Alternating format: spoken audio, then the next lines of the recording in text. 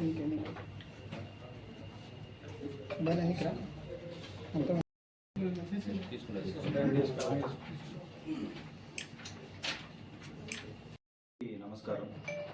ఈ నెల ఫిబ్రవరి 13వ తారీఖున మార్నింగ్ వంకందిన్నె అనే ఒక గ్రామంలో సిరివెల్ల మండలం అక్కడ వెంకటేశ్వర్లు అనే వ్యక్తి వాళ్ళ ఇంట్లో ఎవరో గుర్తు తెలియని వ్యక్తులు అతన్ని తలపైన కొట్టి చంపారు అనే ఒక ఇన్ఫర్మేషన్ మనకి విఆర్ఓ గారు ఇవ్వడం జరిగింది. విఆర్ఓ గారి ఫిర్యాదు మేరకు వెంటనే సిఐ సిరివెల్ల గారు కేసు నమోదు చేసి గౌరవనీయులైన నంద్యాల జిల్లా ఎస్పీ శ్రీ సునీల్ శరణ్ గారు, అడిషనల్ ఎస్పీ యుగంధర్ బాబు గారి ఆదేశాల మేరకు ఇన్వెస్టిగేషన్ చేపట్టారు.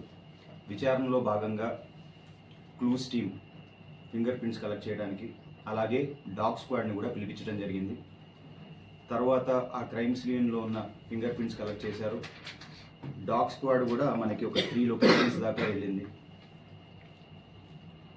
ఫస్ట్ ఒక చర్చ్ దగ్గరికి వెళ్ళింది డాగ్. దాని తర్వాత ఎక్కడైతే ముద్దాయిలు ఈ హత్య జరిగిన తర్వాత ఒక 2 లొకేషన్స్కి వెళ్ళారు. వాళ్ళ ఏదైతే షర్ట్ ఉందో ఆ షర్ట్ని బర్న్ చేయడం జరిగింది. అది మళ్ళీ చెప్తాము ఈ 2 లొకేషన్స్ గురించి. సో ఈ వచ్చిన ఆధారాల మేరకు సిఐ సిరివెల్ల గారు ఒక 2 టీమ్స్గా డివైడ్ చేసి అక్యూజ్డ్ ఎవరైతే ఉన్నారో వాళ్ళని పట్టుకునేందుకు చర్యలు చేపట్టారు. అయితే ఇందులో భాగంగా పోలీసులు వెతుకుతున్నారనే భయంతో ముద్దాయిలు ఈరోజు అంటే ఫిబ్రవరి 17న విఆర్ఓ గారి దగ్గరికి వెళ్ళి లొంగిపోవడం జరిగింది. తర్వాత విఆర్ఓ గారు ఎక్స్ట్రా జ్యుడిషియల్ కన్ఫ్యూషన్ రికార్డ్ చేసుకుని పోలీసులు వాళ్ళని అదుపులో తీసుకున్నారు. అయితే ఈ కేసులో ముద్దాయిలు A1 చిటికెల దస్తగిరి, A2 చిటికెల పెద్ద పకీరయ్య, A3 చిటికెల రాముడు, వీళ్ళ ముగ్గురు కూడా అన్నదమ్ములు. అండ్ చనిపోయిన వ్యక్తి వీళ్ళకి చిన్నాన్నకి వరుస అవుతాడు. ఎవరైతే చనిపోయారో అతనికి ప్రెజెంట్లీ ఎవరు లేరు. వాళ్ళ అన్నగారైన రాముడు కొద్ది సంవత్సరాల క్రితం చనిపోవడం జరిగింది. చనిపోయిన తర్వాత వాళ్ళ వదిన మరియమ్మ ఆవిడతో ఈ చనిపోయిన వ్యక్తి కొద్దిగా సాన్నిహిత్యంగా ఉండటము, వాళ్ళకు అవసరమైనప్పుడు డబ్బులు ఇవ్వటము, వాళ్ళ బాగోగులు చూసుకోవటము చేస్తూ ఉన్నారు. అయితే ఎవరైతే ఈ అక్యూజ్డ్ A1 to A3 ఉన్నారో ఈ మరియమ్మకి అంటే వాళ్ళ వదినకి ఎక్కడ ఈ ఆస్తి అంతా కూడా ఇచ్చేస్తాడో, డబ్బులంతా ఆవిడకే ఇస్తున్నాడు, పైగా ఇతనుకున్న ఆస్తి కూడా ఆవిడికి ఇచ్చేస్తారు అనే ఒక ఆలోచన వీళ్ళలో ఉంది. అదే కాకుండా ఈ చనిపోయిన వ్యక్తి తాగిన ప్రతిసారి అక్యూజ్డ్ పార్టీతో గొడవ పెట్టుకోవడం, తిట్టడం, ఆస్తి కూడా మరియమ్మకి ఇచ్చేస్తానని చెప్పడం జరిగింది. సో ఈ ఆస్తి అంతా వాళ్ళకి వెళ్ళిపోతుంది అనే ఒక ఆలోచన వీళ్ళలో మొదలయ్యి ఇతన్ని చంపాలనే ఒక ప్లాన్ అయితే జరిగింది. అయితే చంపిన రోజు 13th ఎర్లీ మార్నింగ్ అసలు ఏం జరిగింది? ముందు రోజు రాత్రి అంటే 12th నైట్ చనిపోయిన వ్యక్తి మరో ముగ్గురు కలిసి వీళ్ళు ఆల్కహాల్ తీసుకుంటారు. ఆ ముగ్గురు వ్యక్తుల్లో A2 పెద్ద పకీర ఉంటారు. అయితే తాగిన తర్వాత కూడా ఇతను ఆస్తంతా కూడా ఈ మరియమ్మకి ఇచ్చేస్తాననటము, మీకు డబ్బులు ఏమీ రావనటము, వాళ్ళని తిట్టడము, ఇలాంటివి చేసిన తర్వాత ఈ పకీరా వెళ్ళేసి చిటికెల దస్తగిరి A1కి అండ్ A3 చిటికెల రాముడికి మనల్ని ఇలా తిడుతున్నాడు, ఆస్తంతా కూడా వాళ్ళకి ఇచ్చేస్తాడంట అని చెప్పి రెచ్చగొట్టడంతో A1 చిటికెల దస్తగిరి, A2 పకీరా రాముడు వీళ్ళ ముగ్గురు కూడా అక్కడ మాట్లాడుకుని ఇతన్ని చంపేస్తే ఆస్తంతా మనకే వస్తుంది లేదా మరియమ్మకి వెళ్ళిపోతుంది అని వీళ్ళు ప్లాన్ చేసుకుని ఫస్ట్ వంకందిన్నె గ్రామంలో ఉన్న చర్చ్ దగ్గరికి వెళ్తారు. ఆ చర్చ్ దగ్గర ఉండే క్లాక్ ఏదైతే ఎవ్రీ అవర్ మనకు వస్తుంది అనౌన్స్మెంట్, అది కట్ చేస్తారు. ఎందుకు అంటే ఎవరైనా అలర్ట్ అయ్యి లేచి వీళ్ళని చూస్తారేమోనన్న భయంతో ఫస్ట్ అక్కడ కట్ చేసి తర్వాత దస్తగిరి వాళ్ళ ఇంటికి వెళ్ళి రోకల్ బండ తీసుకుంటారు. తీసుకునేసి వీళ్ళ ముగ్గురు కలిసి ఈ వెంకటేశ్వర వాళ్ళ ఇంటికి వస్తారు. ఆల్రెడీ ఇతను తాగి పడుకుని ఉన్నాడు, ఇదే మంచి టైం అని చూసేసి ఫస్ట్ రాము ఆ ఇంటి డోర్ ఓపెన్ చేస్తాడు A3. తర్వాత A1 అయిన దస్తగిరి అతనితో తీసుకొచ్చిన రోకల్ బండతోటి తలపైన కొట్టి చంపేస్తారు.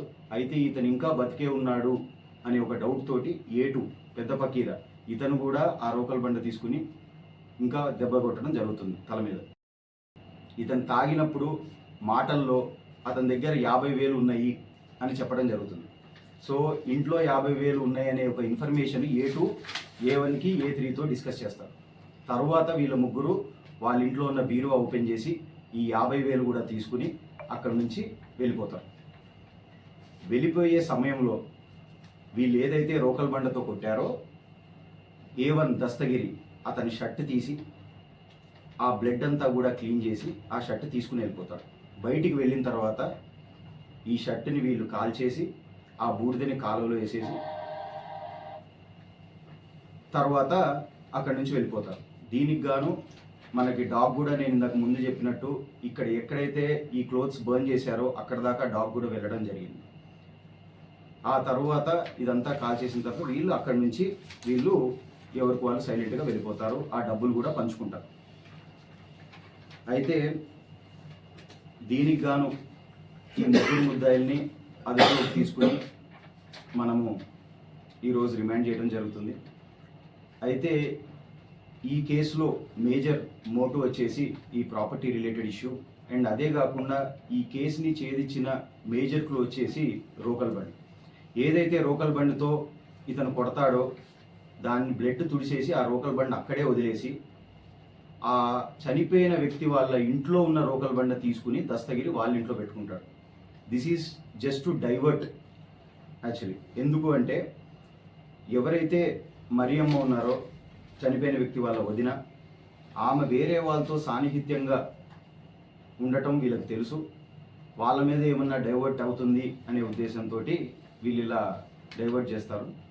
తర్వాత మనము ఈ సస్పెక్ట్స్ వాళ్ళ ఇంట్లో కూడా చెక్ చేసినప్పుడు ఎప్పుడైతే వీళ్ళు లొంగిపోతారో వాళ్ళ ఇంట్లో సస్పెక్ట్స్ వాళ్ళ ఇంట్లో కూడా మనం చెక్ చేసినప్పుడు ఏదైతే చనిపోయిన వ్యక్తి వాళ్ళ ఇంట్లో ఉన్న రోకల్ బండ A1 వాళ్ళ ఇంట్లో దొరుకుతుంది.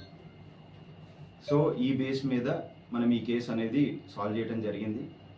అయితే ఈ కేసుకి సంబంధించి సిఐ సిరివెల్ల రాము గారు, అలాగే head constable Nagendra, PC Neelakantha and PC Srinivas వీళ్ళందరూ బాగా కష్టపడి కేసు 13th నమోదైతే 17th కల్లా అక్యూజ్ని పట్టుకోవడం జరిగింది అండ్ ఈ కేసు ఫైనలైజ్ చేయడం జరిగింది. దీనికి గాను ప్రత్యేకంగా అభినందిస్తున్నాము. అండ్ అదే కాకుండా ఈ మర్డర్ కేసు రిలేటెడ్గా టెక్నికల్ ఎవిడెన్సెస్ అన్నీ కూడా ఎస్టాబ్లిష్ చేసి ఎవరైతే ఈ క్రైమ్ కమిట్ చేశారో ఖచ్చితంగా వాళ్ళపైన కఠిన చర్యలు పడేటట్టు చూస్తామని తెలియజేసుకుంటున్నాము. Thank you.